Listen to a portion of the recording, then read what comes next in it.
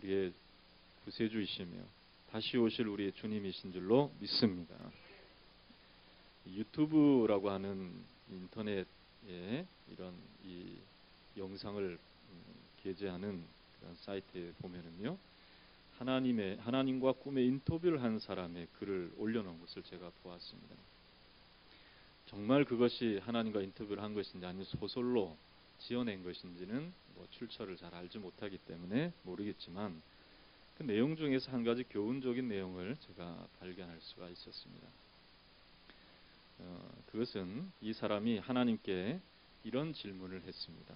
인간에게 가장 놀랍게 여기시는 점이 어떤 것인지 주님과 인터뷰를 했는데, 하나님과 인터뷰를 했는데 하나님께 답을 들었다는 거예요. 어떤 답을 들었냐면, 하나님이 인간에게서 가장 놀랍게 여기시는 점, 이것은 어린 시절이 지루하다고 안달하며 서둘러 어른이 되려는 것, 그리고 어른이 되어서는 다시 어린 애로 돌아가고 싶어 하는 것, 돈 벌기 위해서 건강을 해치고 나서는 잃어버린 건강을 되찾기 위해 번 돈을 다 써버리는 것, 미래에만 집착하느라 현재를 잊어버리고 결국 현재에도 미래에도 살지 못하는 것, 결코 영원토록 죽지 않을 것처럼 살다가는 마침내는 하루도 못 살아본 존재처럼 무의미하게 죽어가는 것, 이런 것이라고 하나님이 대답하셨다는 거예요.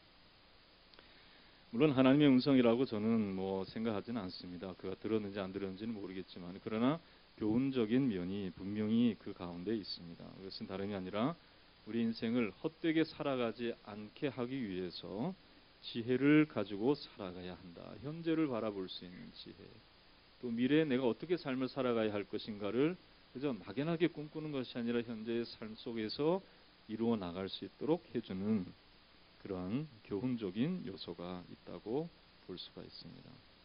여러분, 지혜 중에 가장 큰 지혜가 무엇이라고 생각합니까? 여러분들이 정말 인생을 헛되이 살지 않기 위해서 가져야 될 지혜는 무엇이라고 생각하십니까? 그것은 두말할 것 없이 예수님께서 보여주신 지혜가 지혜 중에 가장 큰 지혜인 줄로 믿습니다. 그것 중에서도 십자가를 통해서 사단의 머리를 밟으시고 온 인류의 구원을 이루어내시고 사망 권세를 깨치신 부활의 영광과 소망을 우리로 하여금 누리게 하신 것이 하나님의 지혜 중에 지혜인 것이죠. 여러분, 사단은요, 2000년 전에 예수님이 하나님의 아들로 오셔가지고 하나님의 나라를 선포하시고 억눌린 자들, 죄에 억눌린 사람들, 또 질병과 고난과 역경에 억눌린 사람들을 구원해 주시니까 사단이 예수님을 못 박아 죽이는 것이 옳다 생각한 거예요. 그래서 하나님의 아들 메시아의 영향력을 드러내지 못하게 하는 것이 자기가 이기는 것으로 생각했습니다. 그러나 하나님은 사단의 이러한 계략을 십자가의 지혜로 이기신 거예요. 사단의 계략대로 유대인의 모함을 받아서 로마의 군병의 손에 의해 예수님이 잡히시고, 그 중에 제자 중에 한 사람도 배반했잖아요. 누가 배반했죠? 유다가 배반했죠. 그렇게 철저히 예수님은 사람에게 등돌림을 당하고 따돌림 당하고 배신당하는 그러한 모습으로 사단이 조롱하고 공박하고 그랬을 거예요. 그래서 너의 나라는 끝났다라고 생각했을 것입니다. 그러나 십자가에 주님이 못 박히시는 순간 우리의 모든 죄가 그에게 담당되어 온 인류가 지을 수도 없고 회복할 수도 없고 씻을 수도 없는 그 죄를 십자가의 피로 씻어주셨음을 믿으시기를 주의 이름으로 축원합니다. 이것이 하나님의 지혜요, 우리를 살리는 근거요, 하나님 앞에 설 수 있는 이유요, 우리의 의의 이유가 됨을 분명히 기억하시기를 주의 이름으로 축원합니다. 그것입니다. 이것이 하나님의 지혜인 거예요. 예수님 자체가 하나님의 지혜인 줄로 믿습니다. 예수님과 함께 살아가면 부활하신 주님을 우리가 분명히 믿고 나도 부활에 동참할 수 있음을 확신하며 살아가는 것이 지혜 중에 지혜죠. 내가 지금 죽는다 할지라도 내가 예수 붙잡고 살아가면 다시 나의 죽은 썩어지고 없어지고 먼지와 같은 우리의 존재이지만 다시 예수님이 부활하신 것처럼 나도 주님이 이 땅에 오시는 날에 나도 영원히 썩지 아니할 몸을 입을 수 있는 은혜를 내게 약속해 주셨다.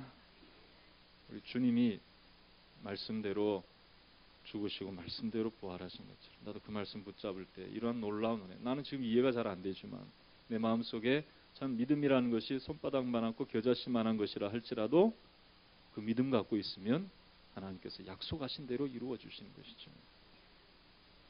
그러나 처음부터 예수님의 부활에 대해서 믿지 않는 사람들도 있습니다. 사도행전 23장 8절에 나타난 사두개인들처럼 부활도 없고 천사도 없고 영도 없느니라 그렇게 이야기하는 사람이 있어요. 부활? 내 눈앞에서 사람이 죽었다 살아나는 건 내가 본 적이 없다 이렇게 얘기하는 사람들이 있는 것이죠.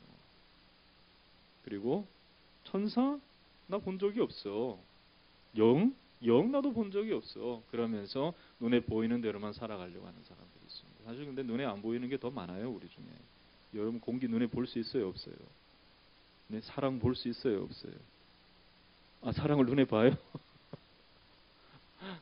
눈에 못 보지만은 사실은 우리가 다 인식하고 있는 것이죠. 사랑 없이 우리가 살 수 있습니까? 가족끼리 살아가는데 사랑 없이 살 수 있어요? 믿음, 신뢰 눈에 보여요, 안 보여요? 여러분들은 신뢰라는 걸 눈에다 이렇게 보고 계시나 봐요. 저는 안 보이더라고요. 저는 안 보이지만 믿는 거예요. 안 보이지만 사랑을 느끼는 거예요. 할렐루야. 저도 여러분들을 사랑합니다. 할렐루야. 느낄 사람만 느끼는 거죠. 할렐루야. 근데 눈에는 안 보이는 거예요. 그러나 눈에 보이진 않지만 느낄 수 있는 것이죠. 오늘 살아계신 예수님은 성령으로 우리와 함께 하심을 믿습니다. 그것을 느끼는 사람은 믿음의 사람이에요. 예수님을 십자가에서 내 죄 위하여 죽으셨음을 분명히 확신하는 자들, 그런 자들이 분명히 주님의 지금 살아계심을 느낄 수 있는 것입니다. 여러분, 우리가 금요일 날 이 철야 기도 시간에 살펴본 대로 엠마오로 가던 두 제자들도 예수님, 부활하신 예수님을 만나지 못했습니다. 눈앞에 주님이 계셨는데도, 그리고 길 가는 중에서도 계속 대화를 했음에도 불구하고 예수님을 알지 못했어요. 그것은 다름이 아니라 그의 눈이 가려져 있었기 때문이라는 것입니다. 영적으로 눈이 어두워지면 아무리 예수님의 제자라 할지라도 부활의 주님이 내 앞에 계심에도 불구하고 예수 부활의 감격을 누리지 못하는 사람이 있는 것처럼 우리가 영적으로 어두워져 있으면 부활의 주님을 느낄 수가 없다는 거예요. 바울은 부활장이라고 부르는 고린도전서 15장의 말씀 속에서 부활의 근거는 성경의 말씀이라고 했습니다. 예수님이 따라합시다. 성경대로 죽으시고 성경대로 사흘 만에 부활하셨다. 성경대로. 할렐루야. 그러니까 말씀하신 그대로라는 거예요. 할렐루야. 그렇습니다. 그러면 주님이 그냥 사역을 하시다가 잘못되어서 십자가에 달려 들어가신 게 아니에요.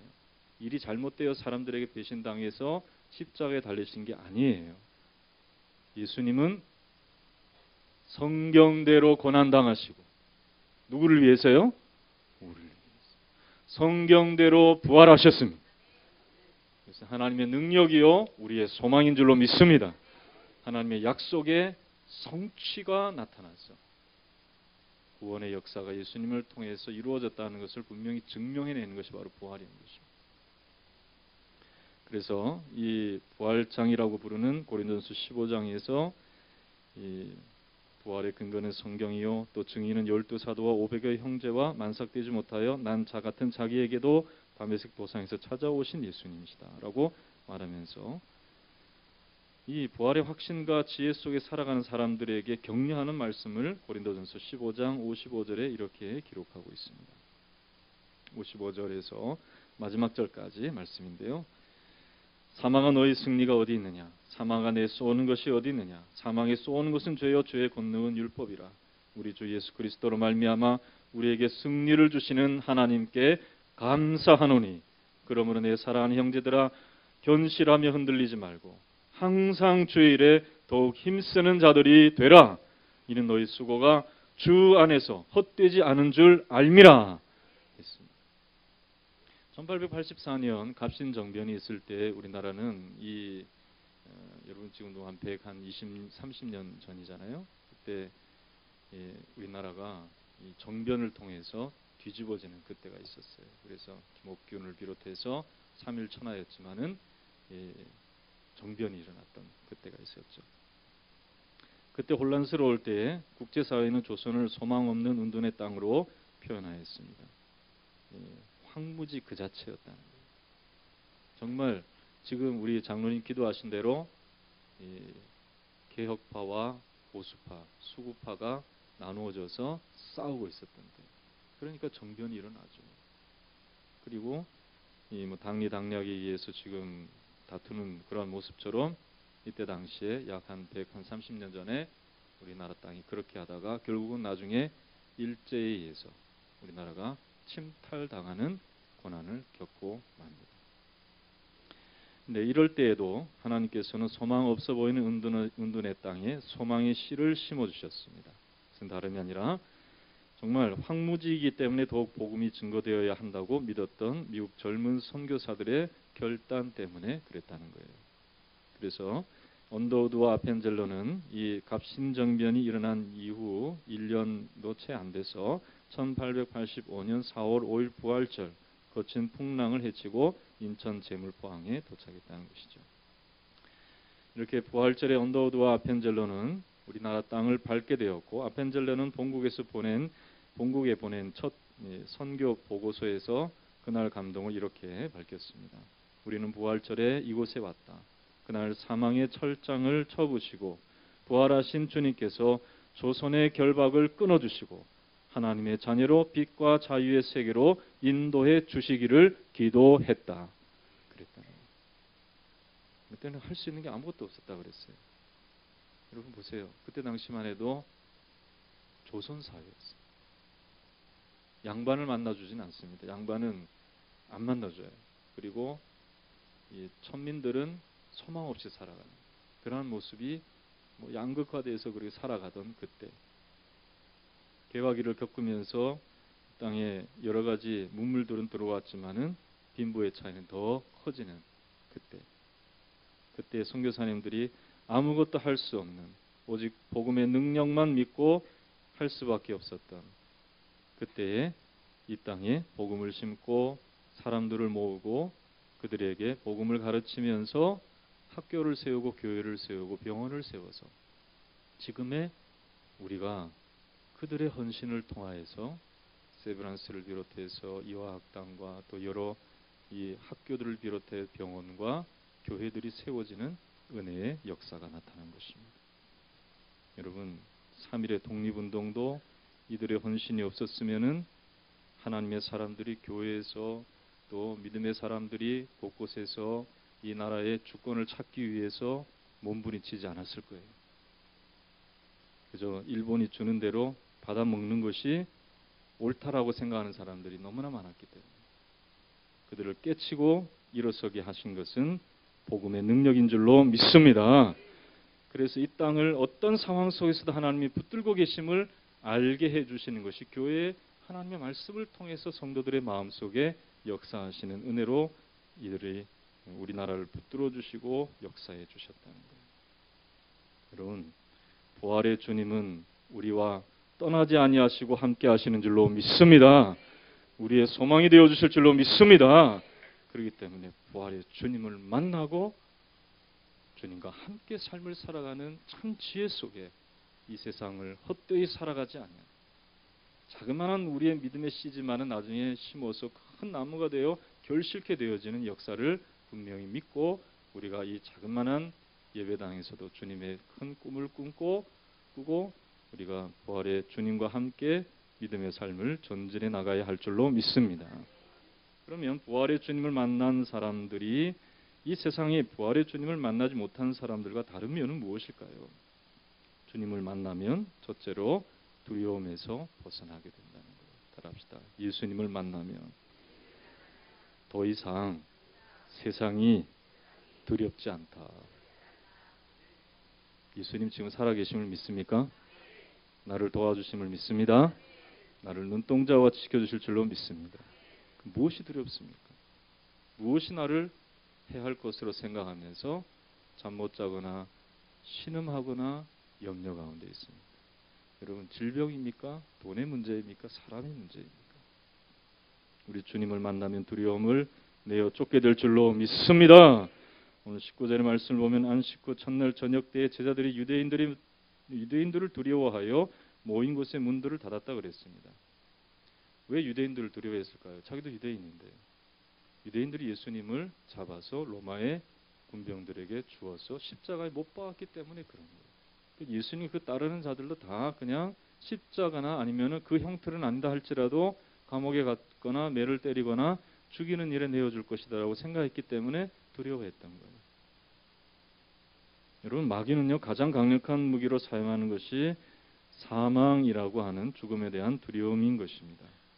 그래서 유대인들도 내가 이렇게 살다가는 죽을 수도 있구나라고 생각하는 두려움 때문에 문을 닫고 이들이 모여서 문을 잠그고 숨을 죽이고 있었던 것이었던 것입니다. 요한복음 오늘 우리가 읽은 본문에는 없지만은 누가복음 24장 36절에 38절의 말씀을 보면 이 제자들이 두려워서 막 떨고 있는 그곳에 주님이 나타나셨습니다. 주님이 오셨음을 제자들이 보았음에도 불구하고 여전히 두려움 속에 있었어요. 그래서 주님의 오시는 모습을 이들은 유령인가 생각하여 두려워했다는 거예요. 그러니까 현실적으로 주님이 나와 함께 하신다.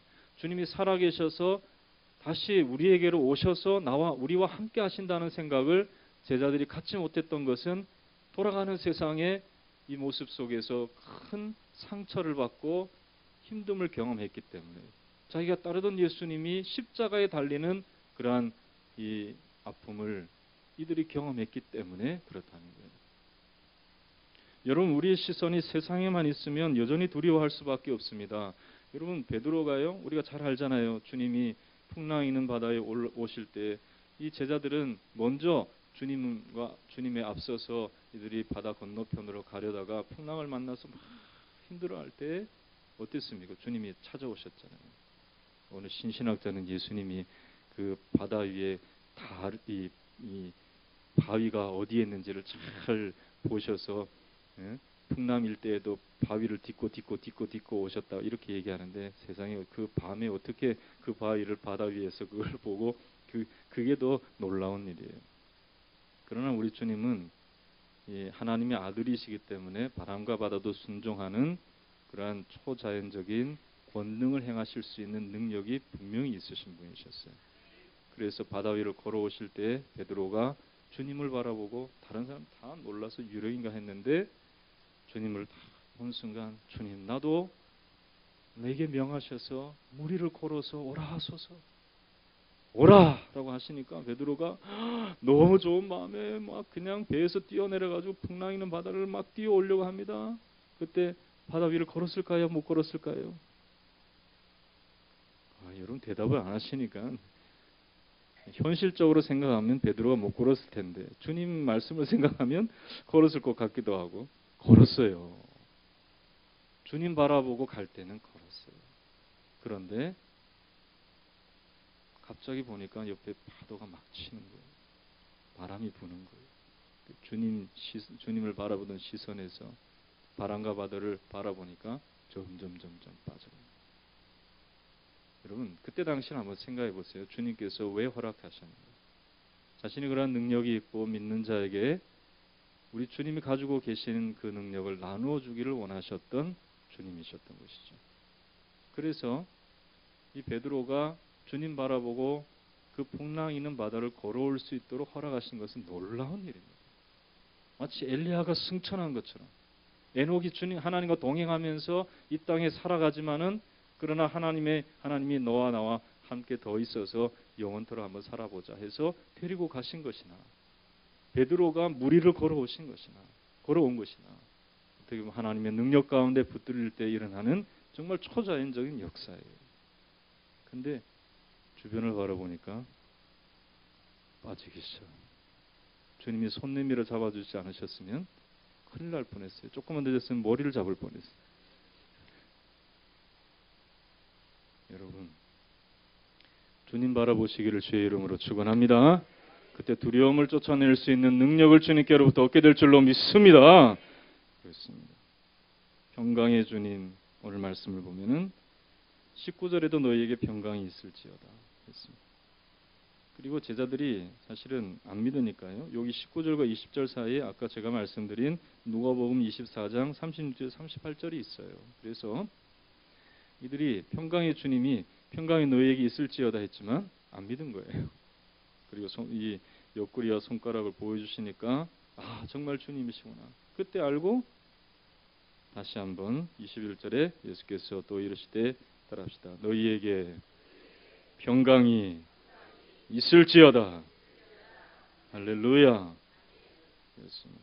예수님을 만난 사람은 평강이 있는 거예요. 그러니까 예수 믿는 사람과 그렇지 않은 사람의 특징은 딱 나눠지게 돼 있어요. 예수 믿고 성령의 충만함을 받은 사람은 마음에 평강이 강같이 흘러넘치게 될 줄로 믿습니다. 잠시 잃어버릴 수도 있어요. 그러나 다시 회복합니다. 평강의 주님, 주께서 날마다 일마다 때마다 나를 도와주실 줄로 믿습니다 하면서 평강을 되찾는 거예요. 할렐루야. 주님의 음성을 기억하십시오. 따라합시다. 평강이 내 속에 있을지어다.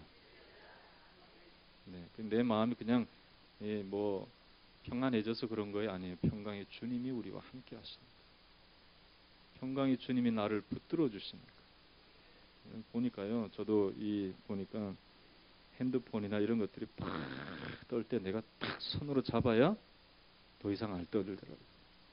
무슨 말인지 잘 모르시네. 막 진동하고 있는 걸 제가 딱 잡아줘야 더 이상 안 떠는 거예요. 여러분 좀 비유가 목사님이 왜 그러십니까? 안 그러면 얘는 계속 떠는 거예요. 걔는 계속. 알람을 그렇게 맞춰놨거든요. 제가. 여러분 우리는 주님이 나를 붙잡아 주셔야 더 이상 두려움에서 속박되지 아니하고 두려움에서 벗어나서 평강 가운데로 나아갈 수 있게 됨을 믿으시기를 주의 이름으로 축원합니다. 그렇습니다. 평강이 너에게 있을지어다. 두 번째로 부활의 주님을 만나면 성령을 받게 됩니다. 22절에 있는 말씀을 우리가 보면 이 말씀을 하시고 그들을 향하여 숨을 내쉬며 이르시되 따라합시다. 성령을 받으라. 성령을 받으라. 두 가지를 부활의 주님이 제자들에게 말씀하셨죠. 평강이 너에게 있을지어다. 한 가지는 성령을 받으라.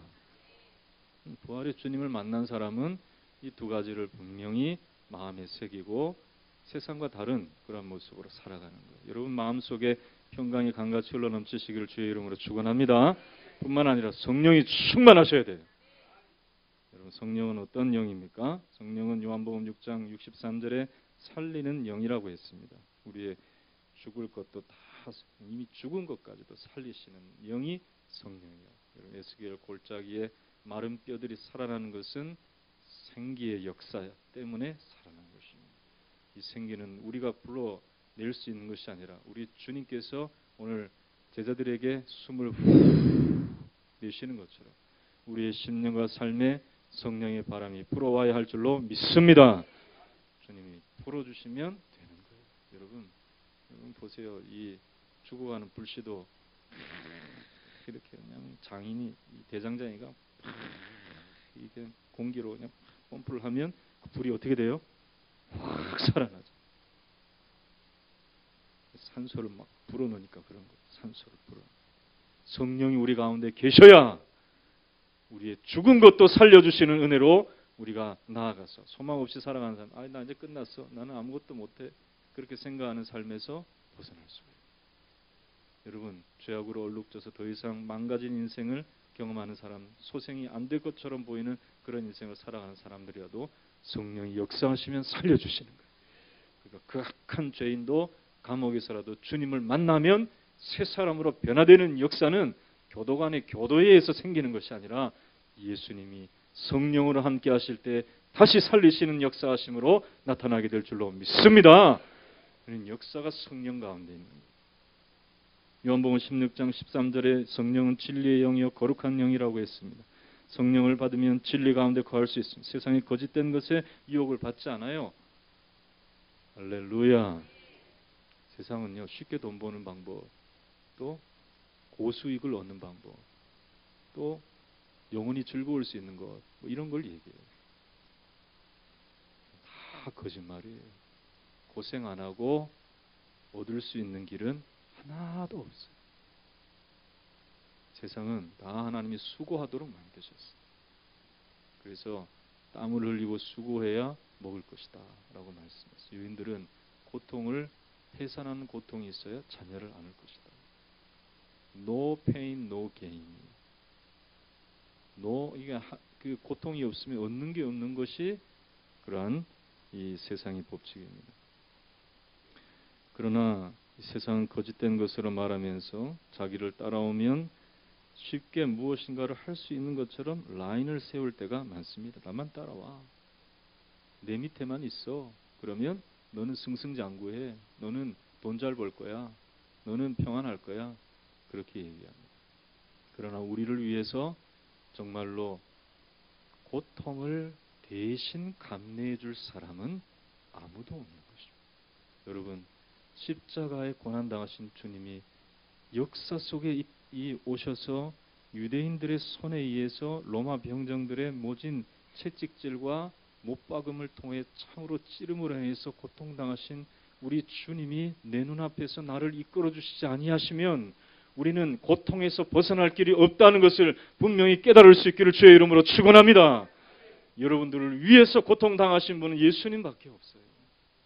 지금도 살아계신 주님이 그렇게 우리의 삶 속에 호소하고 계십니다. 내가 너를 사랑하여 내가 아직 죄 가운데 있을 때에 너를 위하여 고통당하였다. 말씀하시는 주님의 음성을 들을 수 있는 저와 여러분 되시기를 주님의 이름으로 축원합니다. 이것이 진리요 우리를 살리는 말씀인 것입니다. 이것을 깨닫게 하시는 것은 오직 성령의 인도하심밖에 없음을 믿으시기를 주의 이름으로 축원합니다. 그 세상의 헛된 욕심에 속아서 인생을 허비하는 삶을 살지 않는 참 진리의 삶을 살아가는 저와 여러분이 되어야 하는 것입니다. 거룩한 영이라고 했습니다. 우리가 주님 앞에서 예배하는 것은 성령으로 말미암아 예배할 수 있고 우리가 말씀으로 온전케 되어지는 것은 성령께서 깨닫게 해주실 때에 가능한 줄로 믿습니다.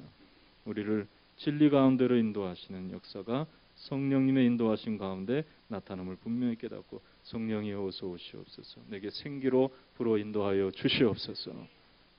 우리 주님께서 하시고 숨을 내어 이르시되 성령을 받으라 하신 대로 내가 성령을 받겠습니다. 따라합시다. 성령님 내 마음 가운데 찾아오시옵소서. 성령님 나를 이끌어 주옵소서. 성령님 내게 말씀하신 대로 이루어 주옵소서. 할렐루야. 성령님 모시고 살아가며 부활의 주님을 분명히 여러분들이 깨닫고 살아갈 수 있는 저와 여러분 되시기를 주님의 이름으로 축원합니다. 그렇습니다. 부활의 주님을 만나면 두려움에서 벗어납니다. 성령님의 인도하심을 받습니다. 세상을 이기고 승리하는 삶을 살아가게 될 줄로 믿습니다. 이 부활의 아침에 여러분들이 분명히 이 제자들에게 찾아오신 예수님을 통해서 주님 살아계시구나. 그리고 성령님과 함께 나와 동행하기를 원하십니다. 내 속에 찾아오셔서 역사하시기를 원하십니다. 분명히 깨닫고 돌아가시기를 주님의 이름으로 축원합니다. 합시다. 나는 부활의 주님을 눈으로는 못 봤지만 성령의 인도하심 속에 분명히 깨닫고 주님 붙잡고 승리하는 삶을 살아갈 수 있다. 믿고 승리하는 저와 여러분, 죄와 사망의 권세를 깨치시고 우리를 모든 얽매여 있는 것에서 풀어 자유케 하시는 놀라운 은혜를 얻어 삶을 살아갈 수 있는 저와 여러분 되시길 예수님의 이름으로 축원합니다. 다 함께 기도하도록 하겠습니다. 부활의 주님을 만나게 하여 주시니 감사합니다. 모든 현실의 두려움, 내 마음의 상처, 연약함 그곳에서 벗어나서 성령님의 인도하심 속에 이 세상을 이기고 승리할 수 있는 우리들 되게 하여 주시옵소서. 간절한 심령으로 우리의 가정을 생각하면서 우리 교회를 생각하면서 기도하도록 하겠습니다. 전능하신 하나님 아버지 은혜를 감사합니다.